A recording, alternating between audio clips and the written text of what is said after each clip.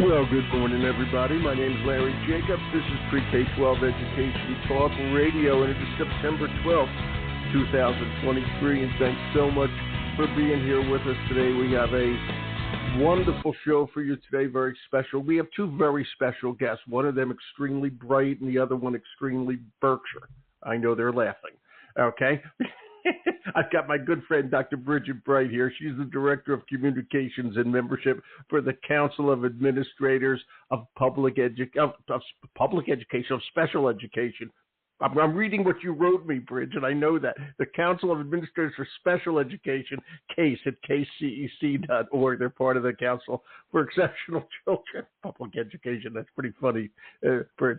Okay. And we've got the one, the only, the amazing Jennifer Berkshire. Jennifer is the co-author, along with Jack Schneider, of a terrific book which a lot of you are familiar with and a lot of you have read. It's called A Wolf at the Schoolhouse Door. And it's basically about the concerted effort to dismantle public education.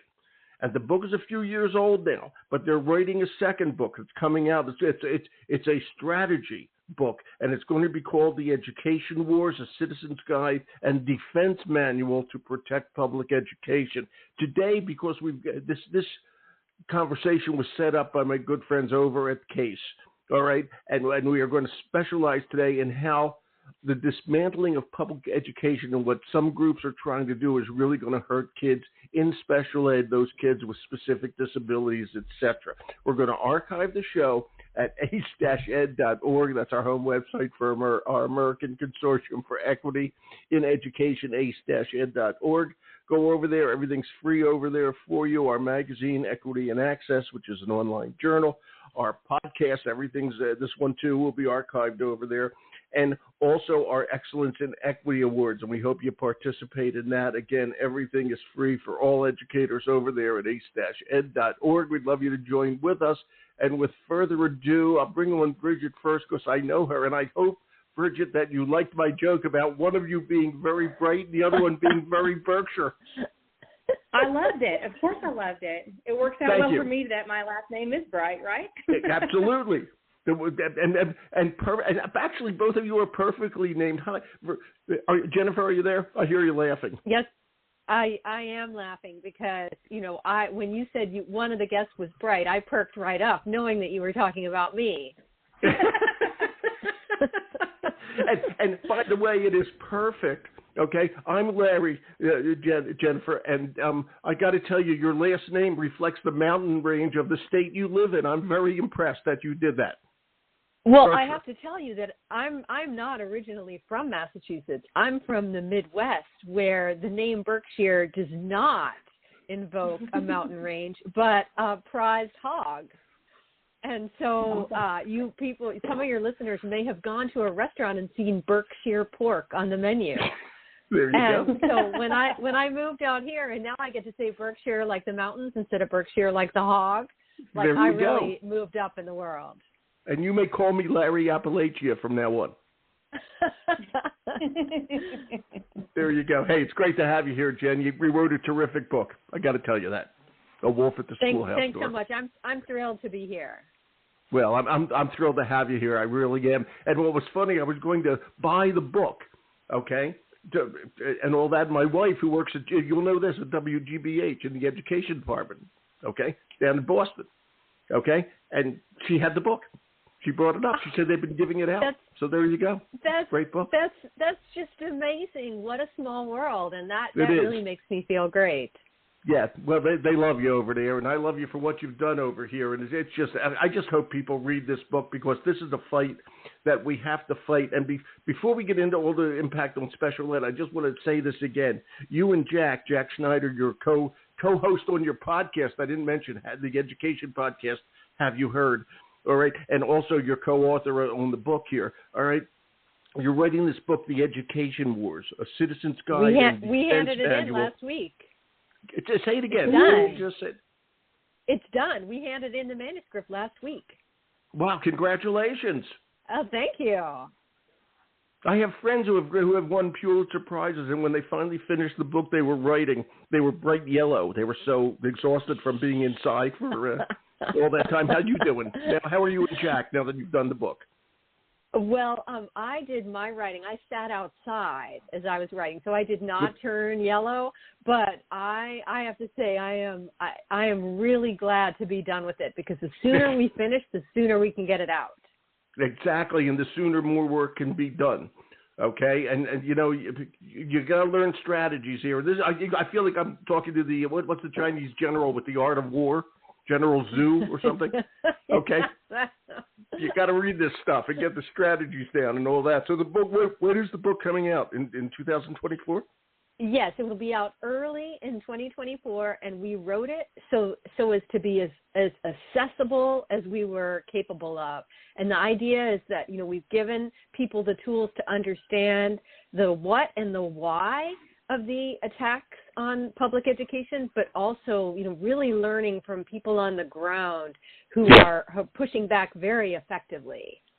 Yeah, it's so important. And when you write, and when you do your podcast, when we do our podcast and publish our magazine, we write that for professional educators. We're not writing for the public per se. And although certainly everybody's invited to listen to our podcast, they're more for professional educators. When you write, okay, when you and Jack do your podcast as well as write together, who's on your mind when you do that? Now we're going to get into the details of special ed in a second, but please, Jen, answer that. Yeah. I'm curious. Well, I'm really the one who is always pushing to speak to the broadest possible audience, and I think it was a real wake-up call for us that, you know, we've heard so many of the stories that when you were praising the book and saying that your wife had a copy. That's great, but I can't tell you how many times I've heard from people, you know, I want to give this out to more people, but I worry it's too dense. And so we knew we needed to make this one, you know, the writing needed to be more accessible. And the last podcast we did, Jack made a point of saying that that's his goal for the year ahead as we enter in this crazy election season. You know, make the podcast a welcoming place for people who just, you know, have questions about the state of our public schools. It is just so important. I mean, it really is. And believe me when I tell you, the public schools, I have to say this, the public schools have been kind of the way they are for a long, long time. And change can be good, but change has to be balanced. And change has to be for the good of the students, not for the good of the parents, the good of the students. Okay? And we can't let politics get involved in what we know is good education. It's the same thing as politics getting involved, if I may, in healthcare. It's not good. Politicians don't know what the hell they're talking about when it comes to either one of those things. Okay, so that's my point on there. We've got to stand up for public education because we are the public. Okay, and again, the new book's going to be called it is called The Education Wars: A Citizen's Guide and Defense Manual. Okay, Jack Schneider, my guest, Jennifer Berkshire. Bridget, let me get back to you, the bright one of the group. Bridge? Okay. By the way, Bridge, I just want to tell you, you live in Arkansas, and I did a good show with the University of Arkansas yesterday. I'll send it to you. I forgot to mention that to you. Oh, wonderful. Go Hogs. Yeah, it's pretty cool. Their Office of Innovative Education. It's a pretty neat operation they got going down there. Yeah, I'll send it to you. Being an Arkansas resident. Yeah. Okay. Bridget, how'd you hook up with Jennifer here? You guys, thank you so much, you and Phyllis, for putting this show for me together and having this wonderful two guests here. What got you involved with Jennifer? Bridge. Sure. I had the pleasure of meeting Jennifer earlier this fall, actually. New Hampshire Case was hosting their conference, and I served as a panelist. And Jennifer was moderating the panel regarding the privatization of public education, what the impact is for students with disabilities. So Jennifer presented her information on Wolf at the Schoolhouse Door, and I was hooked. And I read the book, and when we did the panel, we just connected on many different levels, and I definitely wanted to use anything that Case can to amplify her work and voice, along with her, of course, her co-author, Jack. So she navigated our panel very well, and we got to the heart of, really using the words that are important. These aren't vouchers. This is private. It's not school choice. These are actual vouchers that are taking funds away from public education and putting them into private education, and it hurts kids, and it hurts communities, because, and Jennifer can speak very fluently about how public schools are the heart of local communities. And, they are. An article that I'd recently read, and I shared with Jennifer as well, is that the vast majority of parents are pleased with their local schools. You just took my next all the point. time in papers. Yes. Yep. Then they do polls. The American public might have a different view of public education, but if you look at parents in their local schools, there's a lot of positive data out there. And so that's how we met. And I said, well, I've got to get you with Larry Jacobs. We've got to make sure he gets to meet you too. Thank you. Okay. And you know, it's interesting. And to me, this is a real challenge that public education faces in the fact that we all went through it for the most part. When I say all, it's obviously not everybody. But even in Philadelphia, where I grew up, if we weren't going to public school, you were going to the big, huge system of Catholic schools. It was its own kind of version of public education. Okay. And you know, the problem is people think that, well, that's the way I did fine in school when I was there in 1962. So why isn't it the same way here? What the hell am I paying taxes for a computer for? Okay. And, you know, and it's a challenge. It's a challenge. And it's the same way that we look at the armed forces. During the, the 1960s and 70s, there were tons of comedy shows on TV like McHale's Navy and MASH and Bilko and all that sort of stuff about the armed forces because it was a common thing. Everybody got, all the guys anyway, got drafted. So we all had that commonality. Okay, we knew what the armed forces was like. But when it became an all-volunteer thing, suddenly not everybody was involved anymore. Okay, and it gives a whole different perspective. And bad people can take a look at any given perspective and change it to their way of thinking. And it's a whole different mindset out there. Okay, and a lot of it is PR-driven, and a lot of it is just nuts. As you just said, the people whose kids are in school, public school, like it. Their kids are doing okay. It's one of the great things of America, all right? But it's all those people who don't have kids in public school that, if I may, listen to Fox News all day or the One American Network, whatever that's called, okay? And all they do is hear this drummed into their heads.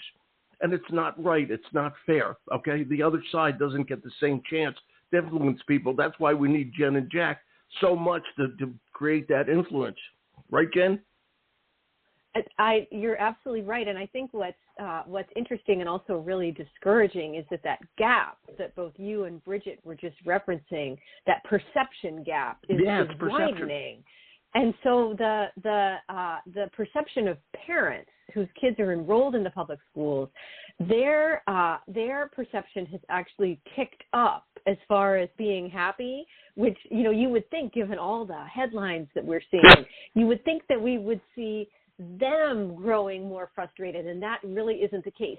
It's everyone else, and it really tracks along these political lines that you were just describing. And so they, like for example, over the weekend, Nikki Haley was up in New Hampshire. There's a steady stream of presidential contenders who are in New Hampshire, and they are the people who are turning out for these events are older and Republican, and they are getting a steady diet of exactly what you just described. Right. And so what is their top priority? Parental rights. And but when we see parental rights actually put up for a vote in New Hampshire and people whose kids attend the local schools weighing in, it bombs as an issue, which I think is really interesting. That's right. One of the things about parental rights, you should actually ask the parents, and when you do, you find out people don't like it. I mean, it's just it's so nuts. It's unbelievable out there. I got to tell you, I want to put this in now. By the way, before I go on, where was the New Hampshire meeting? When was it? The bridge. Oh, we were on Lake Winnipesaukee, and I think that was back in early August. Okay, I want to remind you of something, and I'm sorry I missed that. Okay, I live less than an hour. I live 40 minutes from Lake Winnipesaukee, even though I'm in Maine. Oh, wow. Yeah. Bummer. I could have come see you. Okay, we're in southern Maine. I wanted to add one thing about the parental rights while you guys are talking about that. What's so ironic is when you consider the IDEA rights of students with disabilities, when when parents make the choice to send students to private schools with potential vouchers or, the public school money, they actually lose their parental rights under IDEA. Mm-hmm. Private schools do not have the obligation to provide the same services under IDEA, and they actually lose their safeguards. And so I think that's really, really important to share when you hear people talking about parental rights, just how the absolute opposite occurs when students with disabilities access private education. It's unbelievable. So, Jennifer, and here I want to get into this, okay? And let's get down into the weeds now. You just said one thing. Is that the main reason why special education is so concerned about the changes in public that could happen in public education? Is that the reason because of the IDEA loss? Or let's say you can go deeper. And Bridget, I'm going to let you talk to this and bring up some questions with Jennifer, because I know you guys are right on the same wavelength with this. What's going to happen? Put it down into the special ed world. So that is definitely an important piece of it. And I think, right off the bat, we have to start sort of wrangling with the question of why. Like, why would all these states be pursuing a policy direction that actually requires parents of kids with special needs to give up their rights? And to make sense of it, I think we have to start with the fact that in the U.S. there have been two major efforts to make our schools more equal. And the first is Brown versus Board of Education, which says that schools, you cannot continue to be segregated. And the second is IDEA, right? That prior to IDEA, those parents and those kids are just completely on their own. And so I would argue that it is not at all a coincidence that both of those are really under attack right now. Mm-hmm. And that people in the listening audience, they hear all this stuff about woke. Our schools are too woke. If you listen to Ron DeSantis' speech, he just, he strings it together over and over again with a few other words. Well, what they mean when they talk about that is that they are opposed to basically the government putting its thumb on the scale for equality, right? Yeah. It's not just about things like Black Lives Matter or the rights of transgender kids. It's about anything the government does to make the country more make it more equal. And I would argue that special education rights are right there at the center of it. And that's why these parents should be absolutely focused on these political debates.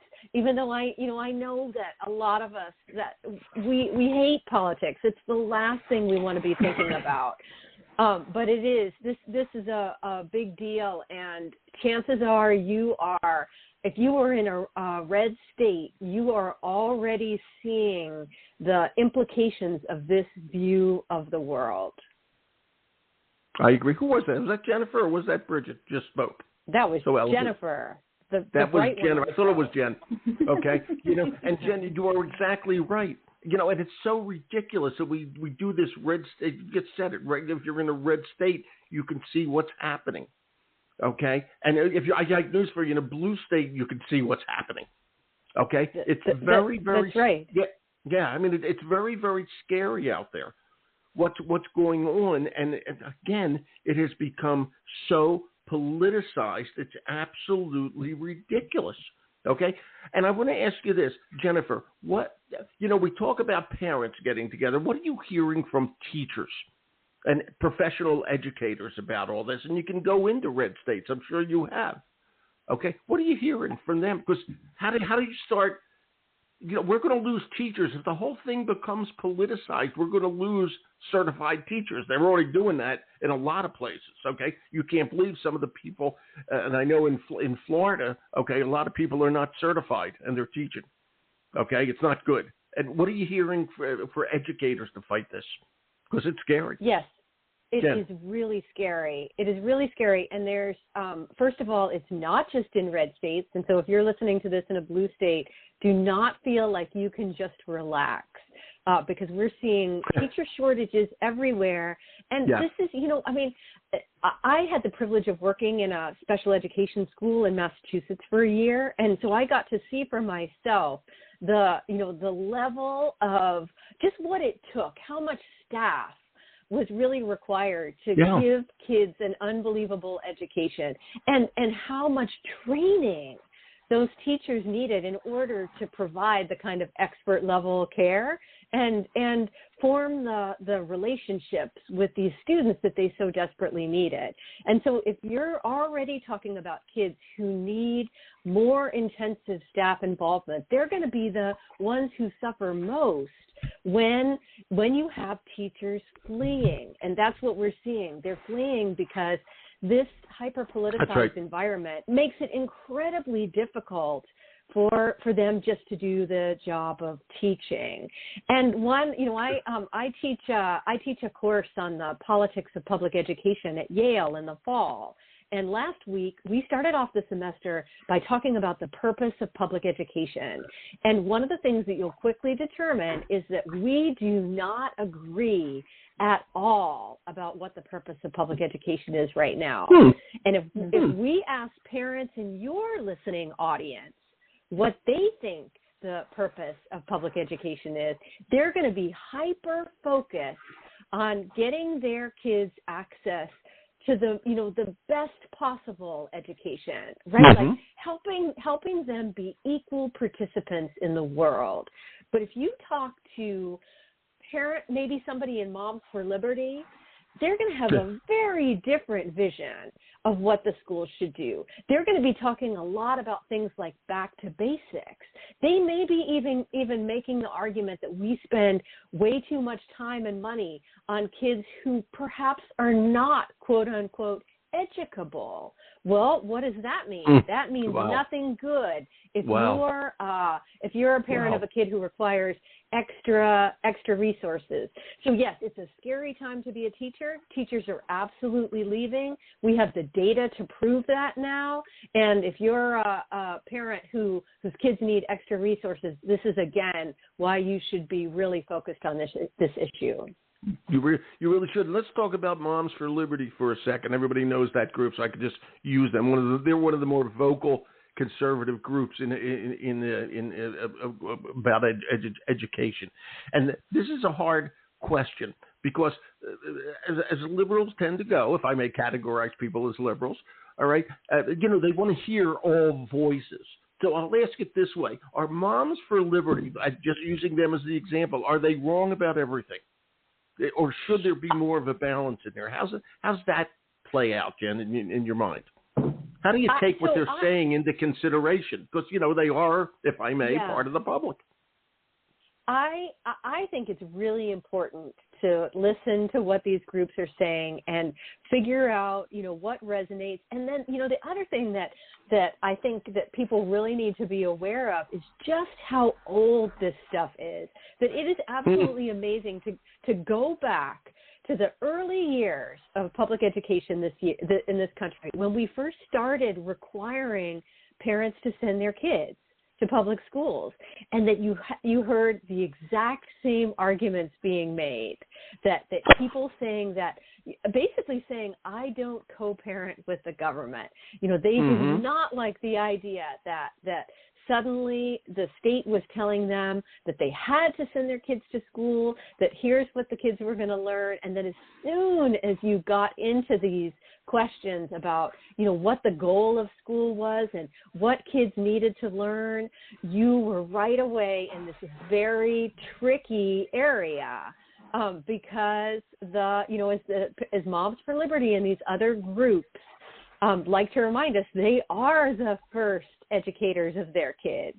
And I think any teachers we talk to would tell us that they feel like they are absolutely working in partnership with parents. But what we've seen over the last few years is that that these groups are very focused on the rights and voices of a very select group of parents. Here. They are conservative parents, and they are religious parents, and they want those parents to basically have a veto over the rights of other parents. And I think what concerns me is that veto would extend to kids with special needs. because they are resource intensive, and because Yes. they, including kids with special needs, really including them, requires a very a broad vision of what schools do, and that in many ways is what these groups like Moms for Liberty are taking aim at. It's I got to tell you, it ain't good. Let me just tell you, okay, it ain't good. Bridget, how do you want your group? You're the Council of Administrators of Special Education. Okay, how do you take what Jennifer's saying and mobilize? And I know you're going to be the first reader of the Education Wars. Okay, we right. okay? Absolutely, yeah. I can't wait to get my hands on that book. Yes. So, as Bridget, a national, as an international organization, we're doing just that. We want to amplify the voice, and CASE as an organization also crafts policy statements and position statements so that our state units can have access to those. This conversation is going on the federal level, as Jennifer said, in politics, but there's a lot of movement state by state. And so when we see those trends, it's important for us and as an association to provide our membership the tools to have, actionable steps and to stop these movements from occurring. CASE has a vibrant action center on our website where we can help to mobilize, constituents reaching out to their politicians on the state or federal level. And so those are things that we try to do as well. And you guys were discussing, again, when you hear different groups saying that they don't want monies and things focused on students that may be uneducable, which is a really historic phrase, term. Of course. Yeah, right. What a terrible It's term. also important. It's also important to note that when these public funds leave public schools, the public schools are still obligated to provide the breadth of IDEA. So that means that local taxpayer money is the one that makes up the difference, because those services don't go away. They stay there, and it just makes it more problematic, and that impacts the whole environment. And we just thought this was a perfect space to share since, Larry, your the consortium focuses on equity. Because when we're looking at trying to separate students out, that's never going to be equitable, and that's not representative of the communities that we have and that we serve. Jennifer and Jack did a great job in their original book talking again about the historical, how this isn't the first time in history this has occurred, and that it's usually rooted in trying to separate different either races or abilities and things like that. So we really have to look at it through an equity lens as well. Yeah, we really and truly do. You should see what we're doing, Jen. We'd love to have you work with us, et cetera, over there at our Consortium for Equity, which really does matter. I have to ask you something, Jen, and I know this from working with friends down at Johns Hopkins in their graduate education world. All right, Dr. Ashley Byrne. Do you know Ashley? Jennifer, do you know Ashley Byrne? Oh, yeah, I read her book. Yeah, she's wonderful. Okay, she's a professor down there at Johns Hopkins, and she's been on the show quite often. And one of the things she always talks about, okay, with me anyway, is, and I'm pretty sure it's Alberta, Canada, okay, where they have two separate systems that are both publicly funded, one public school, one parochial school system, all right, and it's working, all right, and we're always down here talking about privatization, but have you and Jack looked at a way that this could balance out and still make sense somehow? Like, can we learn? I think it's Alberta. I'm pretty sure it's Alberta. Okay, how they're doing it and why it's working. And I don't know if you know anything about it, but it struck me that you might. We were actually we were up in Toronto together, and we did a podcast episode there because Toronto, that province also has a similar system. There you go. But what's completely different about Canada is that they don't have one system where you get rights and one system where you don't. And I think in many ways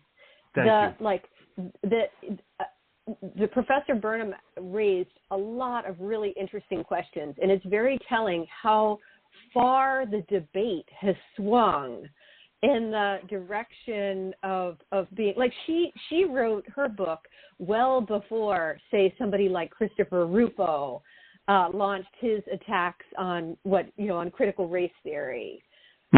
So it's so like the direction that we're moving in right now is really intended to move kids out of a system where they have rights because it's a system where they have rights. And I think that's really different from what she was talking about, right? Like she's like, this is these other places have a more pluralistic system. And what we have a problem with here is that we have a lot of influential people and groups who have been angry about public education basically since its inception. And we need to try to understand what is it that they don't like. And they're not just saying, you know, like, boy, it would be great if we had a bunch of different options, but we made sure that everyone was, you know, protected in important ways, no matter where they are. It's like, no, actually the vision is for us to have a relationship with education that's like you're, you know, on the phone with your cable provider, right? Like it's customer service as opposed to rights. Right. Right. I would agree. And so if you can, in your new book, just give people a taste of the Education Wars, which will be out in early 2024. Okay. What do you want people to do? How do you want them to do it? What's your favorite stuff in there, if I may? Well, especially in special ed. I just loved it. I thought, I would spend the mornings writing, and then the afternoon I would make a point of interviewing people on the ground, asking them what's happening where you are. If you're fighting back effectively, what are you doing? And most importantly, what are the questions you're hearing from people that they really need help answering? And so as I was writing it, because I'm actually not a fast writer, I felt that we were accomplishing that. And we do a few things. One is that we want people to understand that counter to all of the terrible stories you hear, we want people to understand what a success story public education has been in this country. Yeah. And also we want them to understand just how far back these fights go and how often they flare up. My co-host and co-author is an education historian. That's so helpful right now. And so we went through and explained why it is that we're always fighting about schools and why we're fighting about them now. And I think that'll be really useful to people because it's so crazy when you hear a story where some politician is alleging that a school is providing students with litter boxes. The nature of the complaints, there's so many of them, they're so overheated. And if you're in a community where the schools are really on fire, it is an incredibly demoralizing experience.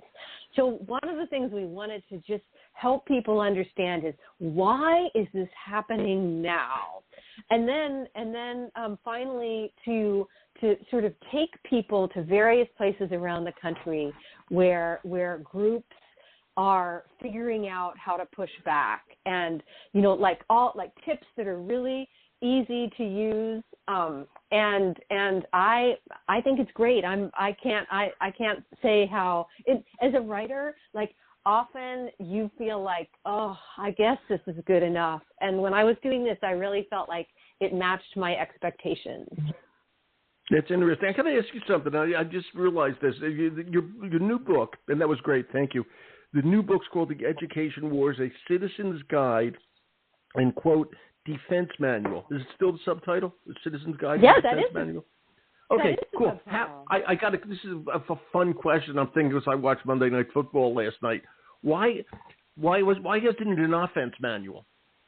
Okay. In other words, we immediately. I wish it could be an offense we immediately manual. put ourselves on the defense. Okay. And if you ask.